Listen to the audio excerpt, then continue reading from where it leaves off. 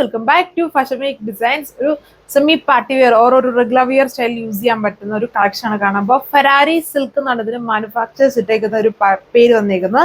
അതായത് ഒരു silk based fabric ആണ്. അതിൽ നമ്മുടെ ടസറ പോലെയൊക്കെ ഒരു വീവിംഗ് പാറ്റേൺ ഒക്കെ ഇതിലുണ്ട്.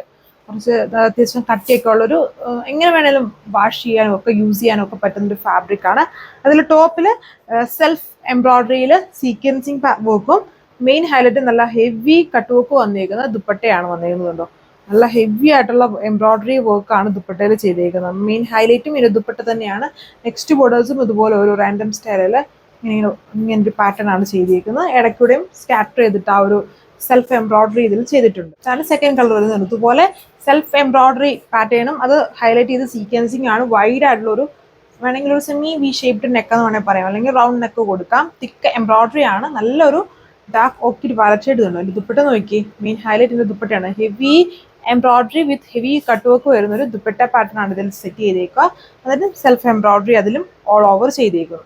ഇങ്ങനെ വരും ഇതിന്റെ ഓവറോൾ ലുക്ക് വരുന്നത്. മെയിൻ ഹൈലൈറ്റ് ഈ ഒരു ദുപ്പട്ടയാണ്. Heavy embroidery with cut work and self embroidery. Next ബോർഡറും ഇതേ സ്റ്റൈലിൽ തന്നെ വരും.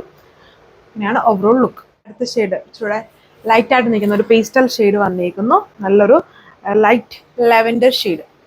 ഇതാണ് ഇതിൻ്റെയും ഓവറോൾ ലുക്ക് വന്നിരിക്കുന്നത്. നല്ലൊരു സ്റ്റാൻഡേർഡ് ആയിട്ടുള്ള ഒരു സെറ്റ് പാറ്റേൺ. അതൊരു ഓവർ ആയിട്ടുള്ള വർക്കൊന്നുമില്ല. ഇങ്ങനത്തെ സിൽക്ക് ബേസ്ഡ് ഫാബ്രിക്കിൽ തിക്കായിട്ട് എംബ്രോയിഡറിയും കട്ട് വർക്ക് ഒക്കെ വരുന്നൊരു സ്റ്റാൻഡേർഡ് ആയിട്ടുള്ള ഒരു സെറ്റ് എന്ന് പറയാം.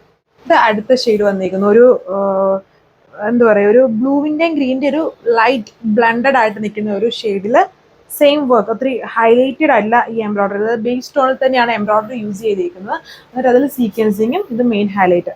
അതിന്റെ മെയിൻ ഹൈലൈറ്റ് ഈ ഒരു ദുപ്പട്ടയാണ്. തിക്ക് ബോർഡർ വർക്ക്, അതായത് കട്ട് വർക്ക് ആണ് ഇതിന്റെ main highlight. Heavy cut work embroidery വരുന്ന ദുപ്പട്ട, എന്നിട്ട് സെൽഫ് എംബ്രോയിഡറി വർക്ക് ഇതിൽ ഓൾ ഓവർ ചെയ്തേക്കുന്നു. ബോട്ടം വന്നിട്ട് സെയിം കളറിൽ തന്നെ സാൻഡൂൺ ഡബിൾ സാൻഡൂൺ ഫാബ്രിക്കിൽ വരുന്ന ബോട്ടം. അടുത്ത ഷെയ്ഡ് നല്ലൊരു നന്നായിട്ട് നിൽക്കുന്ന ഒരു മാവോ പിങ്ക് ആയിട്ടുള്ള ഒരു ഷെയ്ഡാണ്. എല്ലാവർക്കും ഇഷ്ടമാകുന്ന ടൈപ്പ് ഒരു ഷെയ്ഡാണ്.